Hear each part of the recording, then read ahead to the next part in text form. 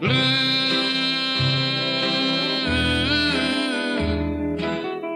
oh, so lonesome for you. Tears blind my eyes. My first radio show was in my hometown, Shamrock, Texas. The radio station KEVA, 1540 on the dial. But they hired me there as a teenager.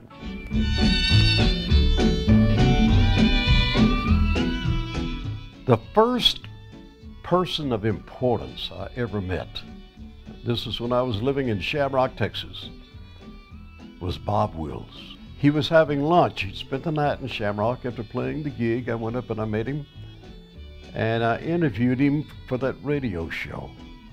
I interviewed Bob, just went and slid beside him there, didn't ask permission, didn't say, can I interview you, anything.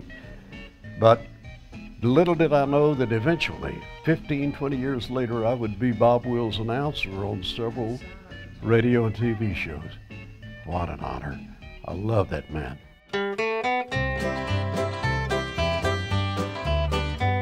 Well, the radio show on WBAP had picked up some listeners, and the Southern Baptist Radio TV Commission called me and said, we're starting a series of radio shows. Would you consider being the host? And I said, certainly. They put Jerry Clower in there with me eventually, and Leroy Van Dyke, and I just happened to connect with it and stayed with them for over 30 years.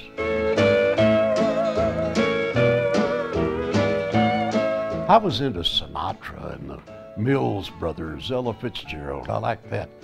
And you know, there were some of the country songs that I just didn't pay particular attention to. But I didn't really care for it until I heard Hank Williams sing Mansion on the Hill. He was my influence. And that turned me not only into a most devoted country music fan, but I loved the content of country music compositions. And I thought I'd like to be able to do that. And similar to my dreams of getting into radio, I decided I'd like to be a country songwriter, and I tried it. So I'll keep drinking champagne and feeling no pain till early morning. Dining and dancing with every pretty girl I can find.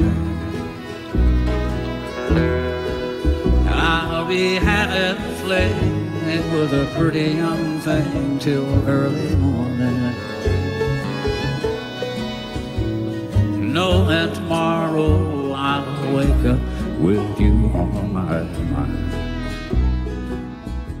I wrote Drinking Champagne. It was during the holiday season, 1966.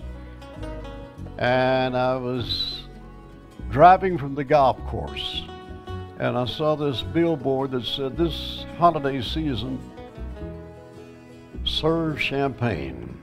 And the song came to me. It's a sort of an offbeat, bluesy, swingy melody, and it's a tremendous honky-tonk lyric. It's a perfect country song. And of course, everybody knows about Blue, which she wrote originally for Patsy Cline, but wound up being immortalized by Leanne Rimes.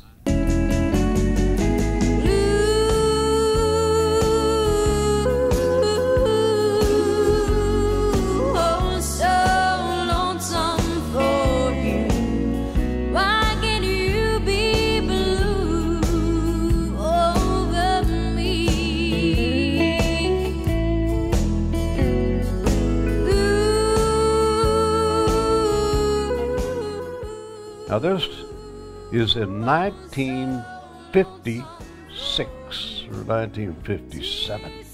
I'm in Wichita Falls, Texas. I'm in my home and I'm practicing on my guitar. And I go from the key of C to E. I completed the song in just a matter of a few minutes. Now that doesn't make me a genius, it just happened to be a coincidence or a great, it was a blessing. I couldn't be happier for the man that's receiving the Daryl K Royal Patron Award tonight. My old buddy, my partner for many, many years. We've been together and ridden a lot of roads together, did time together on XM satellite radio. He's one of my best friends, and you couldn't be honoring a better guy than my buddy, Mr. Bill Mack. Every person who ever gets involved in show business has a list of people who made a dramatic impact on their life and moved their story forward. Bill Mack, you're at the top of my list. And I remember being out on the road and somebody would say to me, "Heard your song on Bill Mack's show last night." And I'd pop the buttons off my shirt, just like a jillion other country singers. You have the most identifiable voice in country music. You're a great songwriter and a great singer. And you have a vast knowledge of the history of country music, so you know how to present country music singers and songwriters better than anybody in the world. We appreciate you for that, and I'm so honored that you're my friend. Hey Bill, congratulations on getting the Daryl Royal Award. He was a good friend of yours and mine, and I know it's a great honor, and I know you appreciate it. The country music fans, in my way of thinking, are the most devoted, allegiant, appreciative, and encouraging people you'll ever meet. I would like to be remembered by the fact that I appreciated those people. God bless them, what they did for me, by taking the time to listen.